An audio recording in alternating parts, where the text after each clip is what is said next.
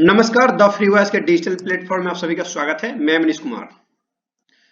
दोस्तों, लोकतंत्र दुनिया का सबसे बड़ा लोकतंत्र कहा जाता है। वैसे इंडिया को माना जाता है, भारत को दुनिया का सबसे बड़ा लोकतंत्र माना जाता है। लेकिन एक तरह से एक ऐसा देश जो जनसंख्या में सबसे ज्यादा है, चाइना, खुद को लोकतंत्र का दिखावा करता है कि हम सबसे बड़ा लोकतंत्र है दुनिया में।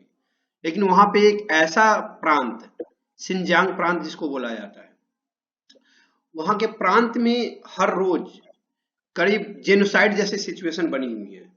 वहां पे लोगों को रहने का जो अस्तित्व है, जो बेसिक नीड्स है, वो भी नहीं मिल पाता है। इसी पे हम आज बात करने के लिए हमारे साथ जुड़ गए हैं डॉक्टर क्यूर पाठक, जो कि लवली प्रोफेशनल यूनिवर्सिटी के पूर्व प्रोफेसर है और अभी ये पटना यूनिवर्सिटी में प्रोफेसर है।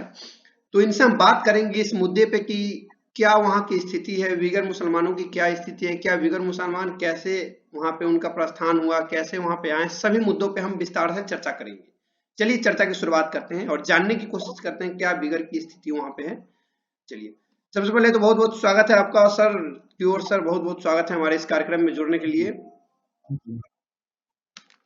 Thank you. तो सबसे पहले सर, हमारे दर्शकों को ये बताइए कि जो विगर है ये क्या इथनिसिटी है, कोई रिलीजन है, कोई कास्ट है क्या विगर ऐसे?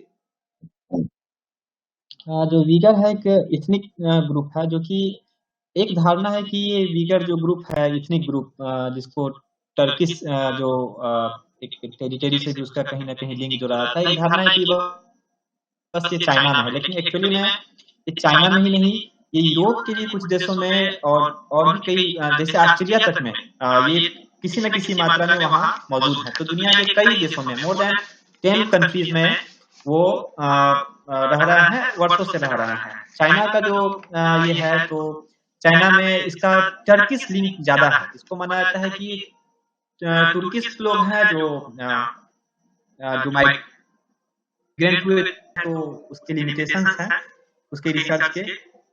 तो मेरा ये भी मानना है कि जो वीगर मुस्लिम है उसमें से सारे के सारे टर्किश लिंक के नहीं है, वे भी हैं जो कि कन्वर्टेड हुए हैं, जैसा कि भारत में रहा है सारे मुस्लिम के बारे में एक लंबे समय तक। सर, मेरा दूसरा सवाल है, विगर मुस्लिम है, इस एग्जिस्टेंस इसका कहाँ से हुआ? क्या चाइना में पहले से ही थे या बाद में इनका एग्जिस्टेंस, बाद में चाइना में आके बसे हैं कहीं से?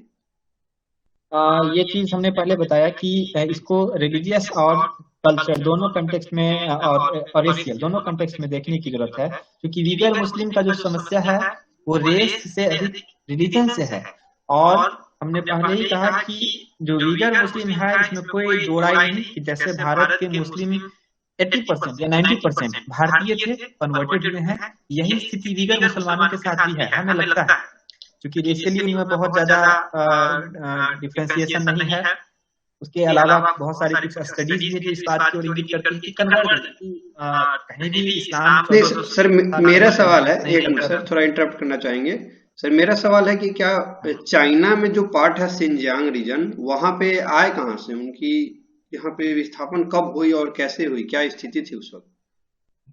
इसका एग्जैक्ट हिस्टोरियोग्राफी तो हम अभी नहीं दे सकते हैं, क्योंकि हमें ये नहीं ठीक से याद है। लेकिन हमें लगता है कि 200-400 वर्ष पहले इसका यहाँ ये होता है, लेकिन ये टोटल माइग्रेशन नहीं है।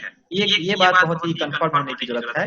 इस सब के सब कहीं से आए नहीं है। वीगर मुस्लिम जो है वहाँ थोड़े से आए और कन्वर्जन हुआ है, वो सब के सब आए नहीं है। वो एक लंबी ऐतिहासिक प्रक्रिया का भी परिणाम है।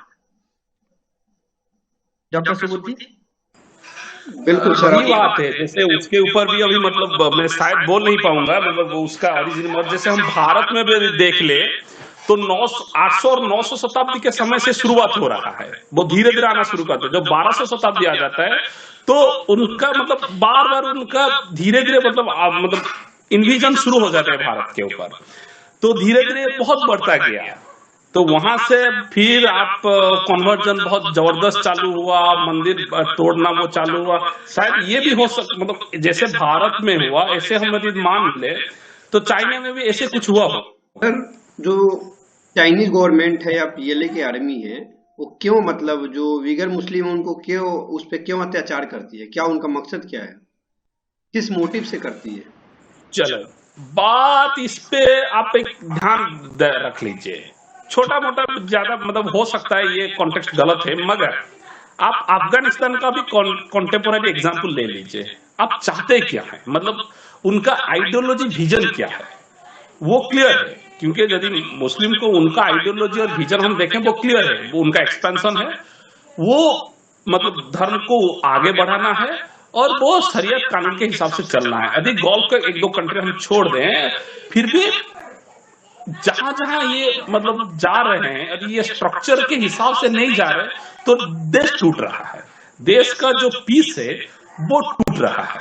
अब छोटे छोटे बात को भी आप ले लीजिए, आप यदि देखेंगे जैसे 36 का मतलब अभी तो जजमेंट करेंटली 2 दिन 3 दिन पहले आया, तो जितने भी टेररिस्ट में आप शामिल हुए हैं वो they are particular to a religion. हम ये नहीं बोल रहे हैं, देखिए कहीं ना कहीं तो गलत हो रहा है ना, गलत तो कहीं हो रहा है, तो रिलीजन तो इसको यदि चाइना अपने हिसाब से देख रहा है, देखिए भारत के सेकुलर के नाम पर हम कुछ नहीं कर रहे, मगर चाइना को कोई भी है ये भी एक थ्रेट के तरफ है।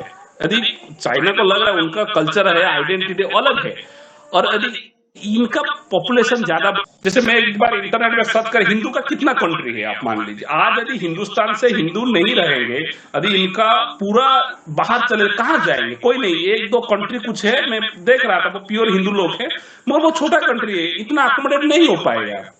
मगर मुसलमान का इतना कंट्री है वो कहीं नहीं अकोमोडेट हो सकते, मगर हमारा जो ओरिजिन यहीं से हुआ तो कहां छोड़ के जाएंगे। चाइना का भी वही हाल है, यदि वो यदि वहां से किसी कोई इसको निकाल दिया जाएगा तो वो जाएंगे कहां पर, आइडेंटिटी इसराइल के साथ तो वही है ना। मतलब आपके जवाब के अनुसार ऐसा माना जा रहा है कि जो चाइनीज गवर्नमेंट या पीएलए जो कदम उठा रही है, ऑफ कोर्स चाइना को आप देखिए, चाइना कहीं भी कन्वर्जन के लिए नहीं जा रहा है। चाइना कहीं भी जो अगर किसी पर अटैक है उसका रणनीतिक और उसका ट्रेड वार है, वो कन्वर्जन के लिए कहीं नहीं जा रहा है। लेकिन उसमें जो इस्लाम है आज भी इस 21st सेंचुरी में भी वो कन्वर्जन, इस पे एक किताब है आई एम नॉट ए मुस्लिम, इब्न वारुद की किताब है, गल्फ का राइटर है, उसने लिखा है कि मुस्लिम वर्ल्ड जो है उसका साल्वेशन, उसका इमेंसिपेशन कैसे हो सकता है। तो उसका आपने शायद पढ़ा भी होगा डॉक्टर सुबुद्धि, उसका इमेंसिपेशन हो सकता है इस्लाम से भी। ये मेरा मानना नहीं, मैं किताब कोट कर रहा हूँ, ये इब्न वारुद की किताब है, why I am not Muslim, gulf का राइटर है।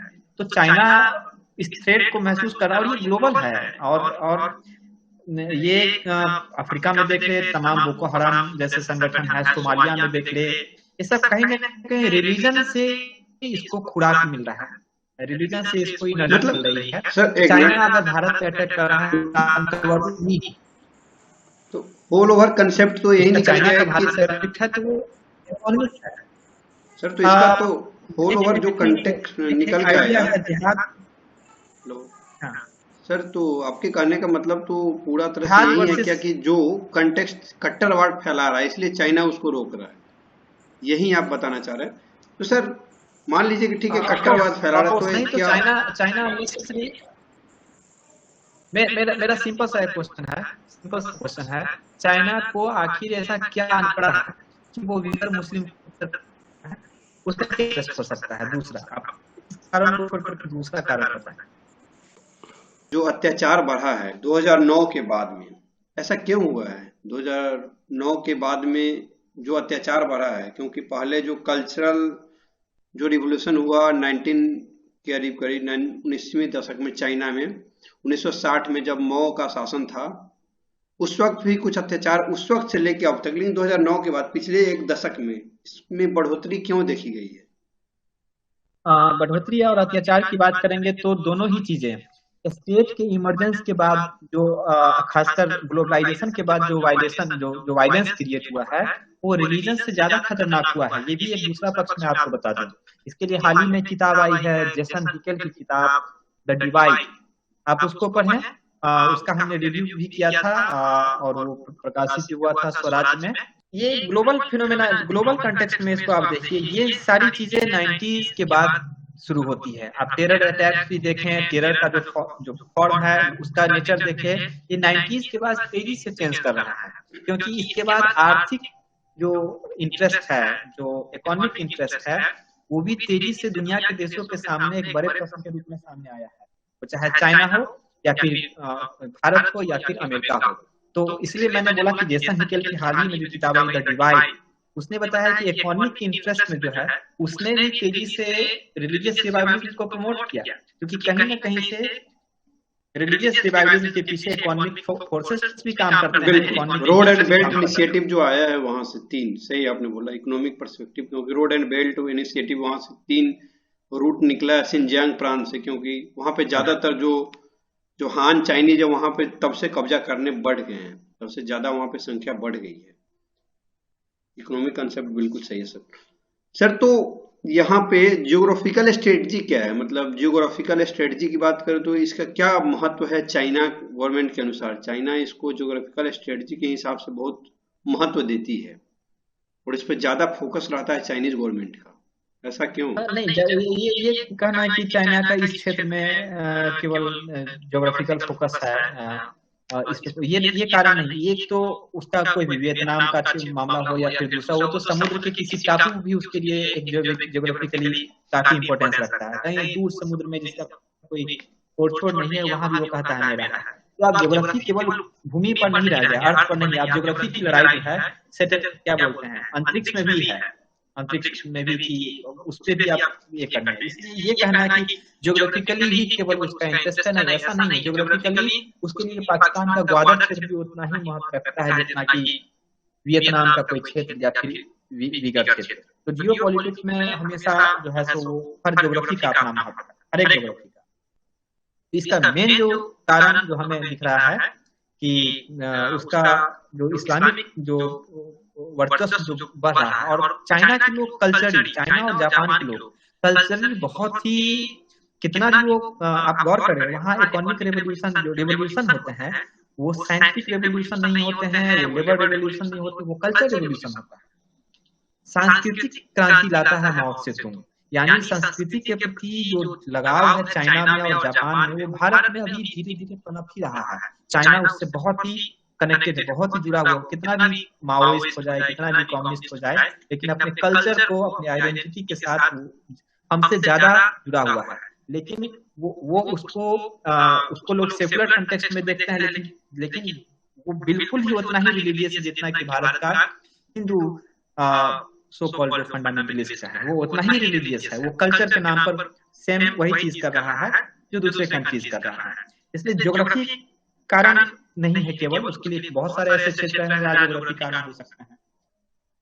सर तो ये भी हो सकता है कि वहां से जो रोड एंड बेल्ट इनिशिएटिव जो 2013 में शुरुआत हुई है जिसकी, उसके बाद ही चाइना ये स्टेप क्यों ले रहा है 2014 से? क्योंकि वहां से इकोनॉमिकली उसका उसके बाद पैसा बन रहा है, उस पर जाने, उसके बाद से दुनिया की निगाह उस पर जानी शुरू होती है, क्योंकि वहां से इंटरेस्ट इंडिया का भी नुकसान होने लगता है, अमेरिका को भी लगता है कि दक्षिण साउथ एशिया में जो है सो चाइना एक बड़ी शक्ति के रूप में उभर सकता है। तो चीजों को खोजा जा रहा है। चाइना ऐसा आज कोई नई बात नहीं है चाइना के लिए कि जो क्या बोलते हैं कौन सा रास्ता है जो वन वे प्रोजेक्ट क्या है, वो उस रोड एंड पहले से बेल्ट, भी, रोड एंड हाँ उससे पहले से ही पूरी आप गौर करें कि जो चाइना की जो रेवोल्यूशन हुआ है वो संस्कृति के नाम पर हुआ है। शायद इसको आपने नोटिस नहीं किया हुआ, वो इकोनॉमी नहीं था, वो लेबर का रेवोल्यूशन नहीं था, वो एग्रीकल्चर रेवोल्यूशन, एग्रीकल्चर किसानों का आंदोलन था। किसान यानी गांव समाज, उनका धर्म, उनकी संस्कृति, उसका रेवोल्यूशन था। उसने कोई इंडस्ट्रियल रेवोल्यूशन नहीं लाया, उन्हें बोला कि सांस्कृतिक सेटअप को चेंज करो। और वो इंटरेस्टिंगली उसको लोग बोलते हैं कि बहुत ही सेकुलर वैल्यू है, सेकुलर नहीं है, वो चाइनीज कल्चर के प्रति डिवोटेड है।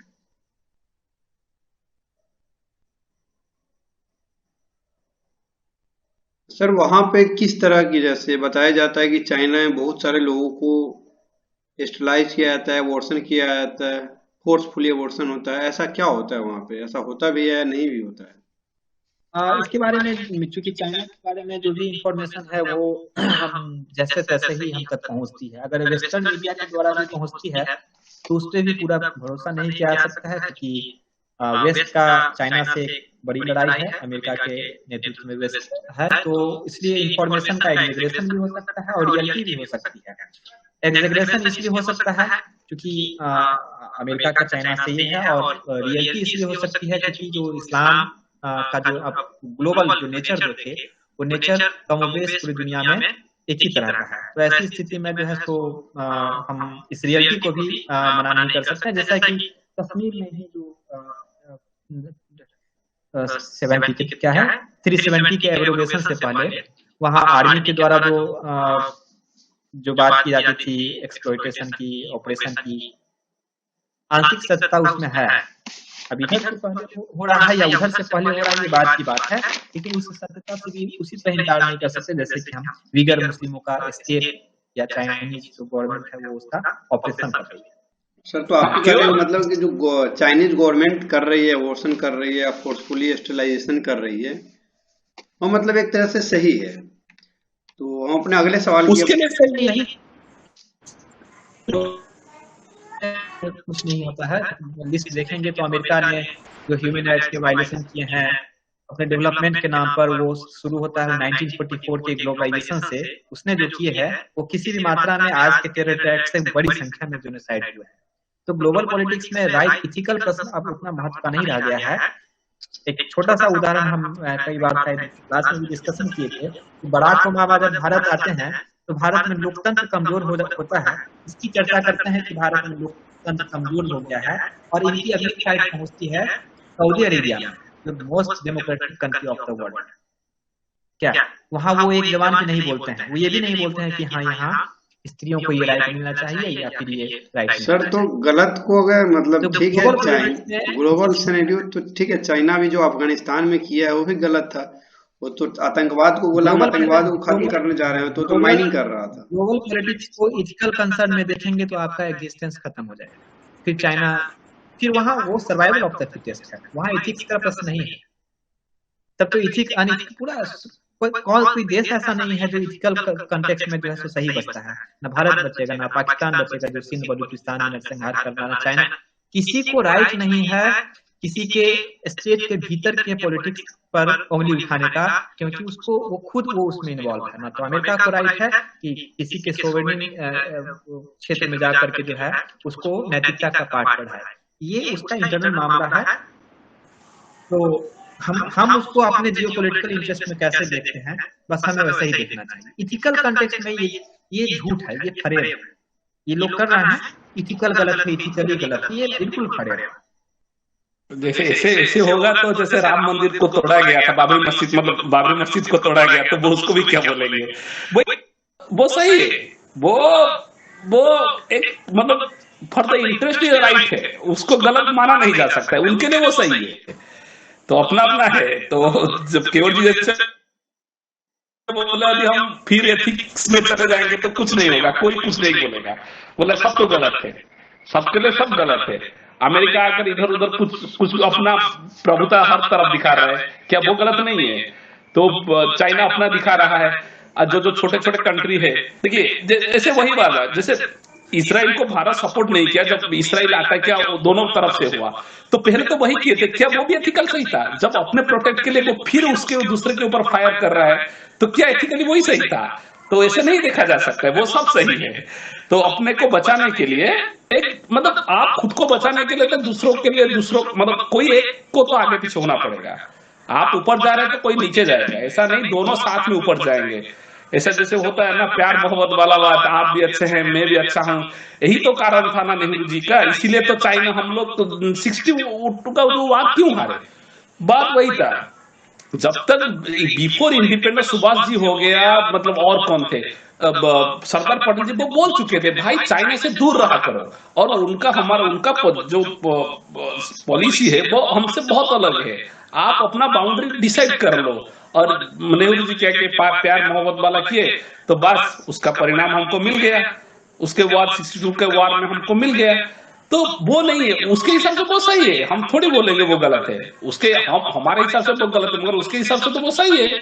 हम अपने तरफ से डिफेंसिव हो जाना चाहिए था जब ये बात उठा।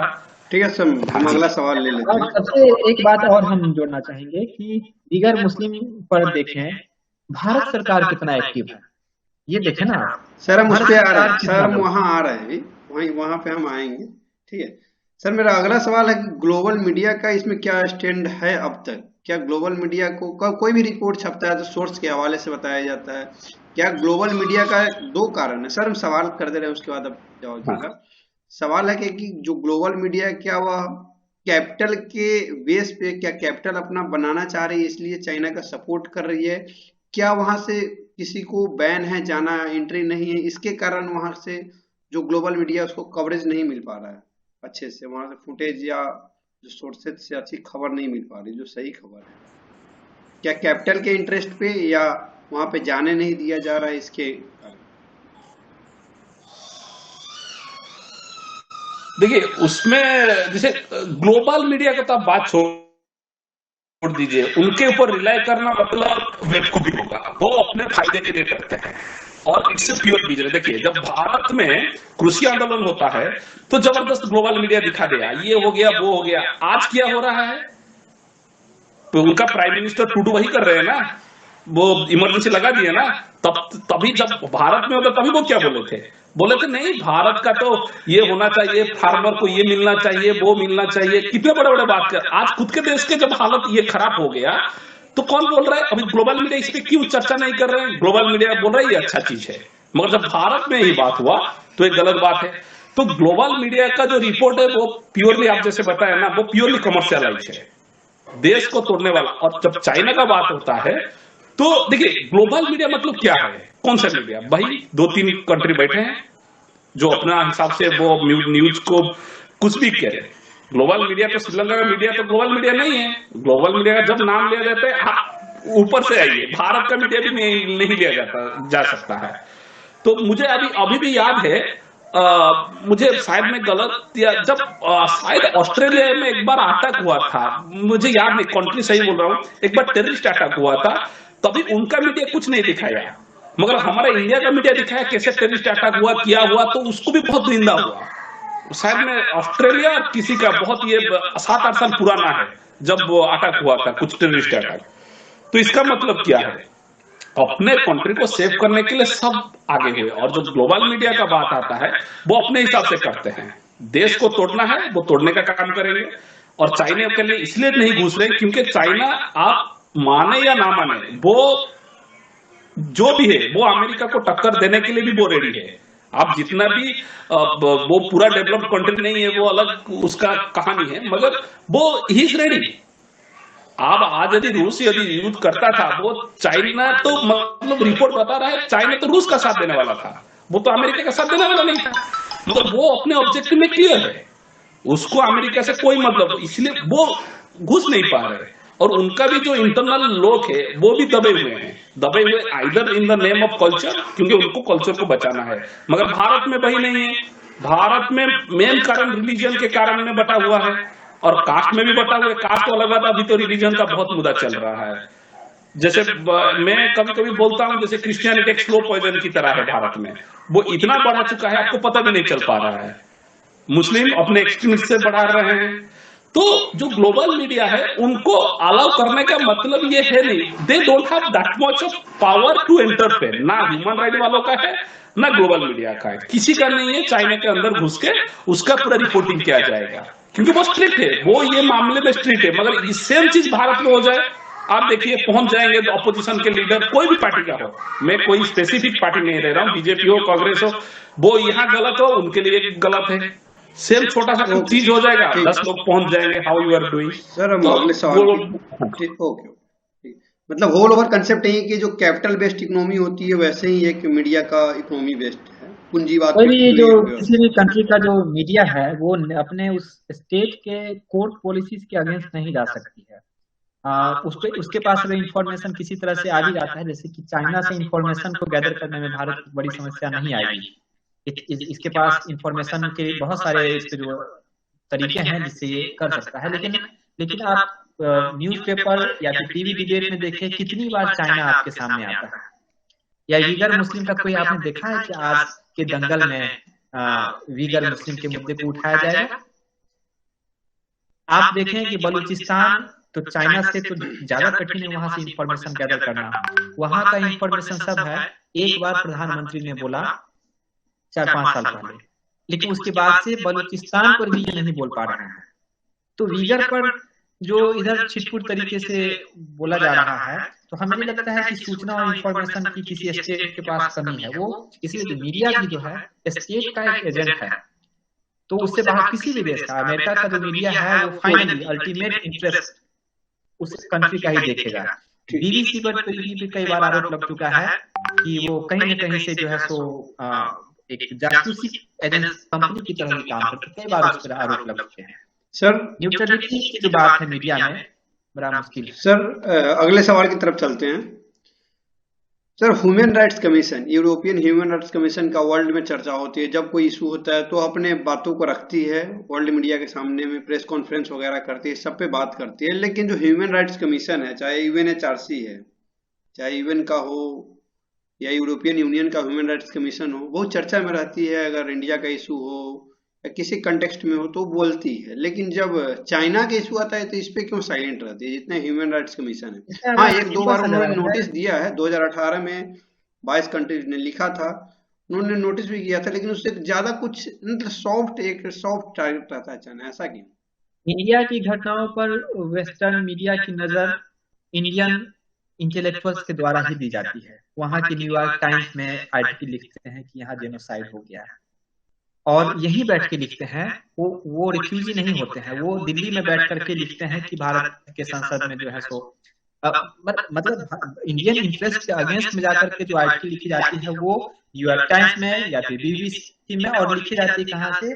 पार्लियामेंट के बगल से, दिल्ली से लिखी जाती है।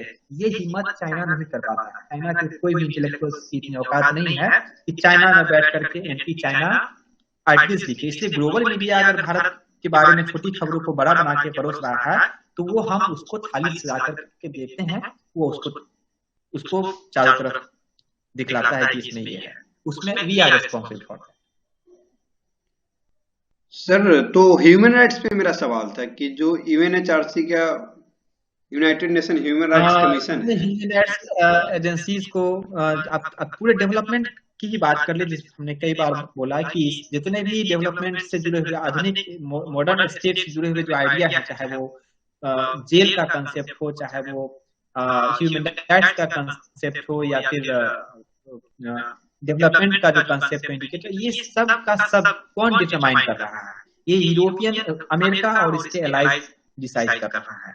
वो डिसाइड कर रहा है। आपको मैं बता दूं कि आइजनहोवर की किताब को पढ़े, वो बोलता है कि जो अंडर डेवलप्ड का जो कंसेप्ट आता है, ये आइजनहोवर प्राइम प्रेसिडेंट ऑफ अमेरिका, उसके ओवरनाइट दिमाग का उपज था ये, उसने ये बनाया। तो जो थर्ड वर्ल्ड है, ये थर्ड वर्ल्ड कंट्रीज, ये बनाया गया under developed countries, not third world countries, दोनों में अंतर है। ये बनाया गया है और ये दिमाग की उपज है। तो आप ह्यूमन राइट्स एजेंसी जो भी कहें, ये निष्पक्ष एजेंसी नहीं है, चाहे यूएन ही काहे नहीं हो। ये वही बोलता है जो अमेरिका इसको जितना बोलता है, बोलने के लिए उतना ही बोलता है। ज्यादा बोलता है तो फिर एक्शन भी होता है। इसके बहुत सारे मामले आप देख सकते हैं। उसके बोलने की लिमिटेशन है, उसको उसे कहाँ एक्शन लेना है, वो क्यों नहीं। क्या कभी आपने सुना कि 56 इस्लामिक कंट्रीज हैं जो खुल्लम खुल्ला एक रिलीजन को फॉलो करते हैं, उस पर बोलते हैं नहीं बोलते हैं। 9 क्रिश्चियन कंट्रीज हैं, उस पर बोलते हैं नहीं बोलते हैं। सर एक और सवाल यहाँ पे हम याद आ गया, आपने कहा सर 22 मुस्लिम जो डेमोक्रेटिक कंट्रीज है, उसमें चाइना, यूरोपियन कंट्रीज भी थे 2018 में, और यूएसए भी था, बहुत सारी यूरोपियन कंट्रीज थे। तो उन्होंने चाइना को एक लेटर लिखा जो भी जानना चाहूंगा, डेमोक्रेटिक कंट्री में से आप यहाँ क्या समझते हैं? सर ऑल ओवर डेमोक्रेटिक का जो परिभाषा दिया है, तो सर उस पर अगर चर्चा करेंगे तो फिर हमारा जो चर्चा है उस बात की कंटेक्स्ट में अलग चला जाएगा। कोई भी फिलॉसफी सर कंट्री हो गया हमारे लिए, सर फिलॉसफी तो कोई भी पूरी तरह सही नहीं है। डेमोक्रेसी की परिभाषा की बात करेंगे तो फिर उसमें गहराई से हमको जाना पड़ेगा। सर हम यहाँ इस कंटेक्स्ट में फिर भी नहीं बिल्कुल है। मॉडर्न नेशन स्टेट का जो कंसेप्ट आता है उससे जुड़ा हुआ है डेमोक्रेसी की परिभाषा, उसी से जुड़ा हुआ है। सेक्युलर वैल्यू पर टिका हुआ कोई स्टेट का प्रिंसिपल, सिंपल परिभाषा, उसमें जाने की जरूरत ही नहीं है। तब बहुत सारे पाकिस्तान को आप कहाँ रखेंगे जहाँ थियोलॉजिकल, वो थियोक्रेसी है, वहाँ शरीयत चलता है, वहाँ तो कॉन्स्टिट्यूशन से। भारत में तो नहीं चलता। भारत तो आज के डेट तक सेकुलर है, नो डाउट। वो रसिया से ज्यादा सेकुलर है, वो ब्रिटेन से ज्यादा सेकुलर है। ब्रिटेन पूरी तरह से सेकुलर नहीं है, वहाँ क्रिश्चियन प्रिंसिपल उसका जो है प्रोडक्ट स्रोत है। बेल्जियम सेकुलर कंट्री नहीं है, आपको जान के आश्चर्य होगा। स्पेन, समोआ, ये डेमोक्रेटिक भी नहीं है और सेकुलर भी नहीं है। डेमोक्रेटिक मींस क्या? एटलीस्ट नेशन स्टेट के कंसेप्ट से ही देखते हैं तो जहां सेकुलर प्रिंसिपल हो, रिलीजन सेंटर में नहीं हो, किसी एक रिलीजन को सेंटर में नहीं हो, सब बराबर हो, ये सब नहीं है भारत में। तो हम कहते हैं कि आज भी इतना सेकुलर कॉन्स्टिट्यूशन अमेरिका के बाद और कुछ एक दो कंट्री को छोड़ दे भारत में, तो इंग्लैंड के पास है। सर हम बात कर लेंगे उस पर कभी और चर्चा, ठीक है। थोड़ा मेरा सवाल सर पूरा आप सुनिए। सर सवाल है कि 2019 में 22 जो डेमोक्रेटिक कंट्रीज जो खुद को डेमोक्रेटिक बताती है, मैं वहां से ही लिया इस चीज को, 22 डेमोक्रेटिक कंट्री, उसमें जापान भी था, यूरोपियन कंट्रीज थे ज्यादातर। उसने एक खत लिखा चाइना को कि जो री एजुकेशन कैंप चला रहे हैं, जो ट्रेनिंग कैंप चला रहे हैं विगर मुसलमानों के लिए, उसको बंद किया जाए। लेकिन इसके अपोजिट साइड में चाइना के सपोर्ट में 37 मुस्लिम कंट्रीज चाइना के सपोर्ट में आ जाते हैं कि नहीं, चाइना एक डेमोक्रेटिक कंट्री है, यहाँ पे जो चाइना कर रहा है वो बहुत ही सही है। तो इस पे आप सर क्या कहना चाहेंगे?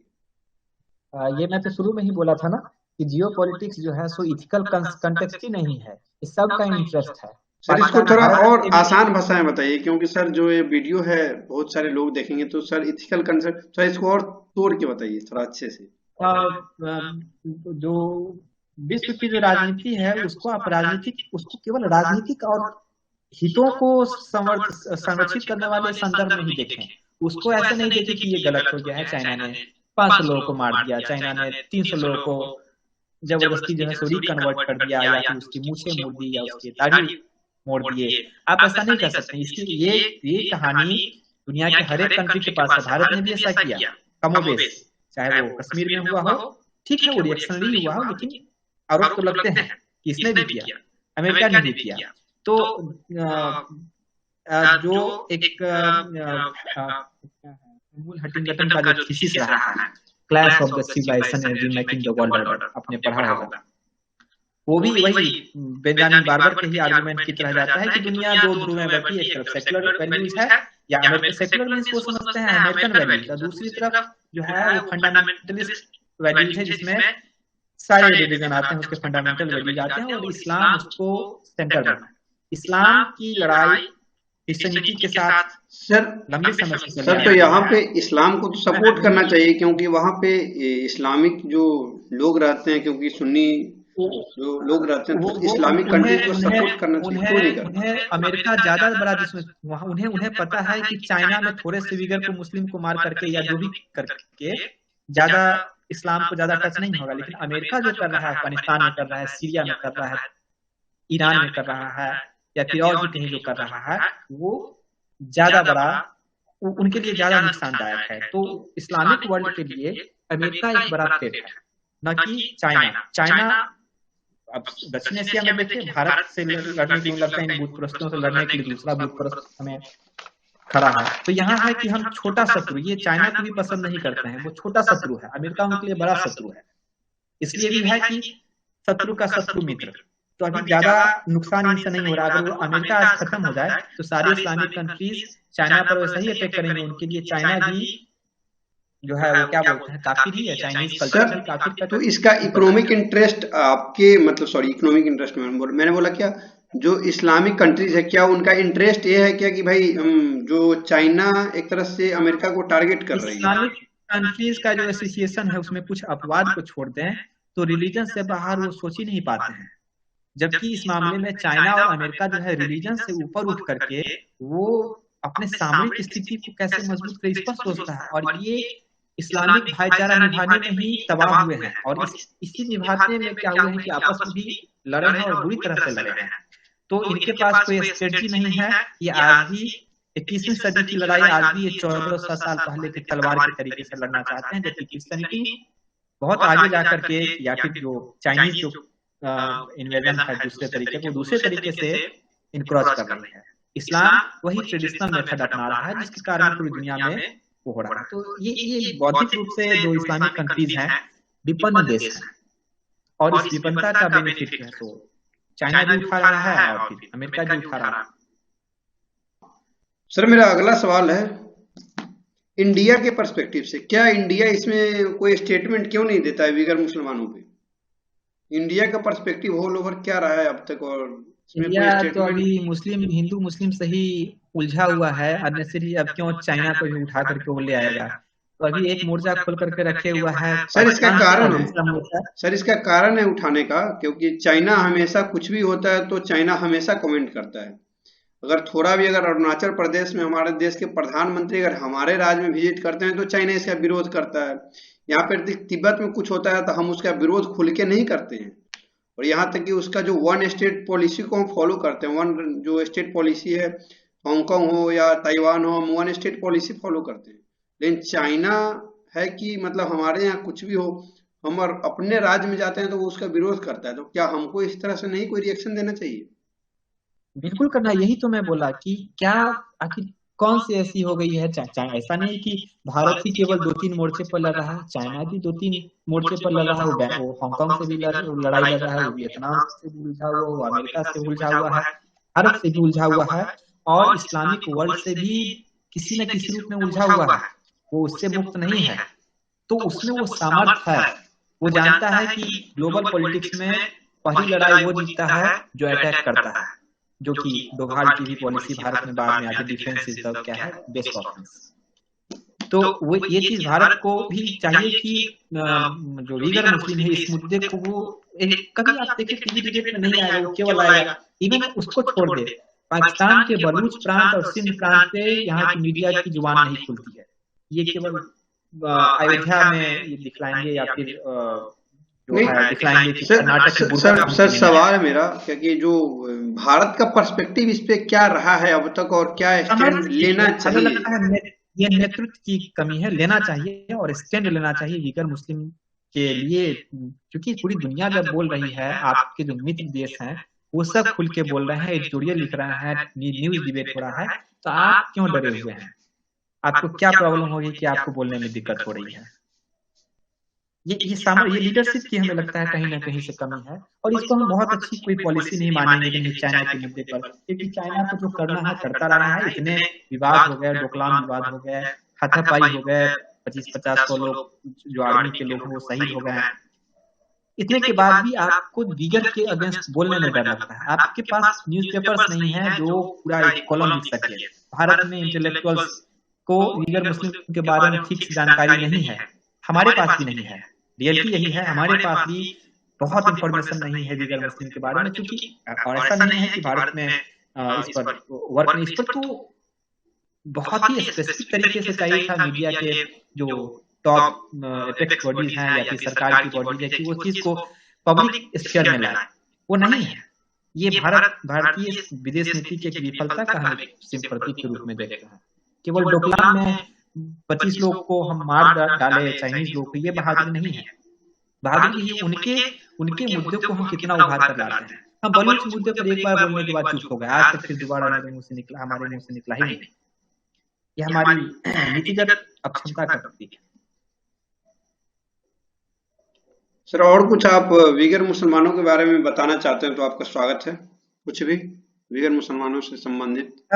मैं किसी भी मुस्लिम या हिंदू के बारे में नहीं, मैं इंसानों के बारे में कहीं भी इस तरह के जेनोसाइड हो रहा है, फोर्सली ऑपरेशन हो रहा है, या फिर उनका धर्म को लेकर के किसी प्रकार का ये गलत हो रहा है।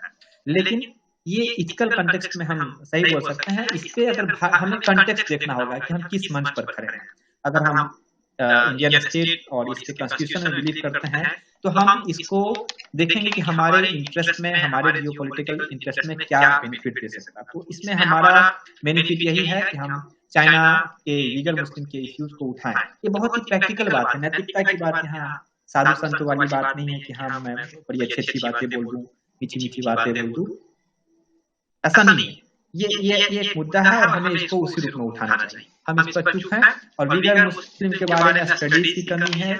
इस पर स्टडीज को लोग व्यापी बनाना चाहिए, वो नहीं है, लोग जानते नहीं है। यहाँ के इंटरेस्टिंगली एक बार तारिक फतेह साहब ने बड़ा अच्छा नेशनल टीवी पर बोला कि वो जेएनयू जवाहरलाल नेहरू विश्वविद्यालय के पॉलिटिकल साइंस अंतर्राष्ट्रीय अध्ययन केंद्र के छात्रों से पूछा आज से 5-7 साल पहले बलूचिस्तान कहाँ है, उनको नहीं पता था। तो कमोबेश उसके बाद तो धीरे धीरे बलूच और सिंधी इश्यूज तो हमारे सामने आए हैं, वो भी ठीक से नहीं आए हैं। वीगर मुस्लिम पर जानकारी की कमी है और उस पे, और हमें लगता है केवल वीगर मुस्लिम ही नहीं, इस तरह की समस्याएं चाइना में और भी हैं, उन चीजों पर भी हमें स्टडी करवाने की जरूरत है। और चाइना में ऐसा नहीं है कि सरकार के कोई स्टेट के पास इंफॉर्मेशन की और सोर्सेस की कमी होती है कि अब वेस्टर्न मीडिया खोज के लाता है ना, वो तो रिपोर्ट तैयार करता है कि वहाँ ये हो रहा है। वही वेस्टर्न मीडिया में, जैसा कि बोला कि वेस्टर्न अमेरिकन एलाइज का जो मीडिया है।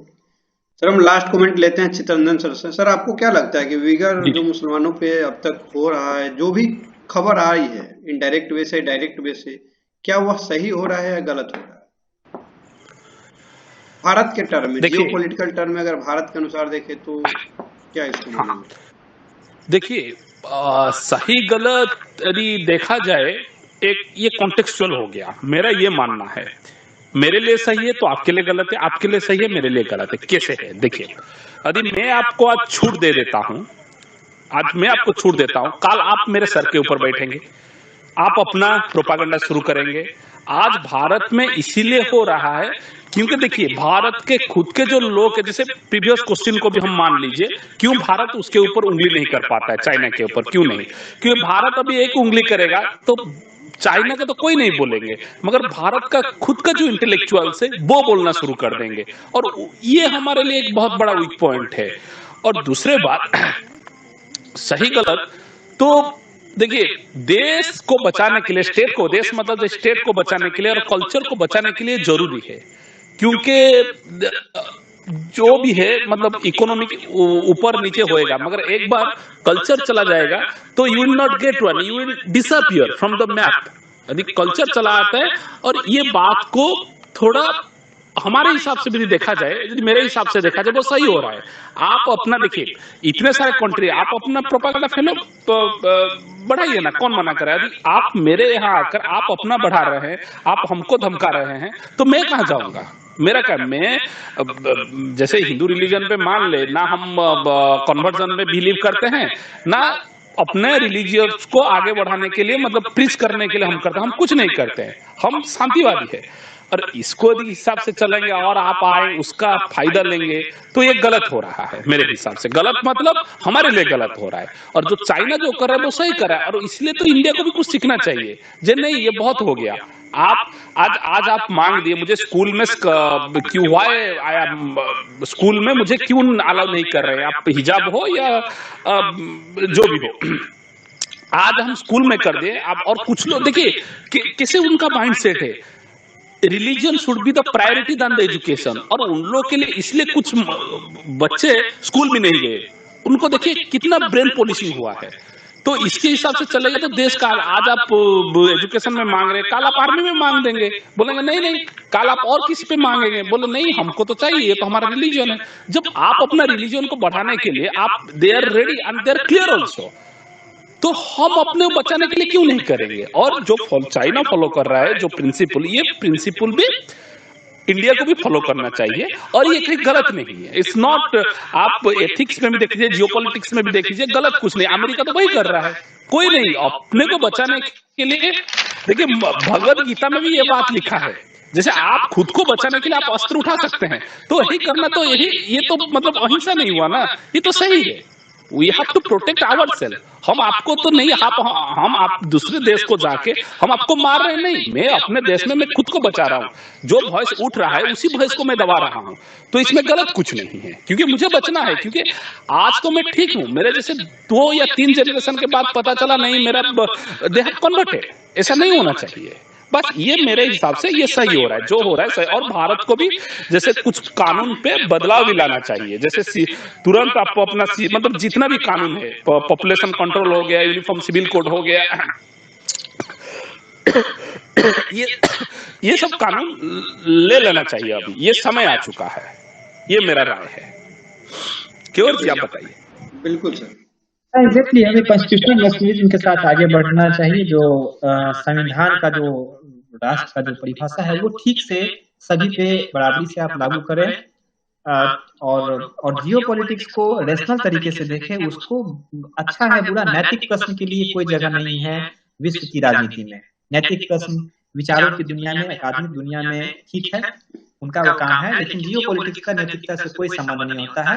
मैंने उदाहरण बताया, बराक ओबामा यहाँ आते हैं, बता के जाते हैं लोकतंत्र की कमी हो गई है, और ये इनकी फ्लाइट अगली फ्लाइट जाती है कहाँ? सऊदी अरेबिया में। वहाँ वो दूसरे मुद्दे पर बात करके फिर अमेरिका पहुंचते हैं। ये पावर गेम है, और पावर गेम में आपको बहुत ही प्रैक्टिकल होना बिल्कुल। और भारत के लिए बिल्कुल कॉन्स्टिट्यूशन को सेंटर में रखकर के राष्ट्र की बात करें, और कॉन्स्टिट्यूशन हमें लगता है बहुत ही दुनिया के खूबसूरत संविधान में से एक हमारा संविधान है, उसको अच्छे तरीके से लागू करने की जरूरत है। Thank you. बिल्कुल, थैंक यू सर हम सबसे जुड़ने के लिए। थैंक यू सो मच कियोर पाठक सर और चित्ररंजन सर, आप सभी का बहुत बहुत शुक्रिया हमारे इस कार्यक्रम में इतना समय देने के लिए। Thank you so much. Thank you.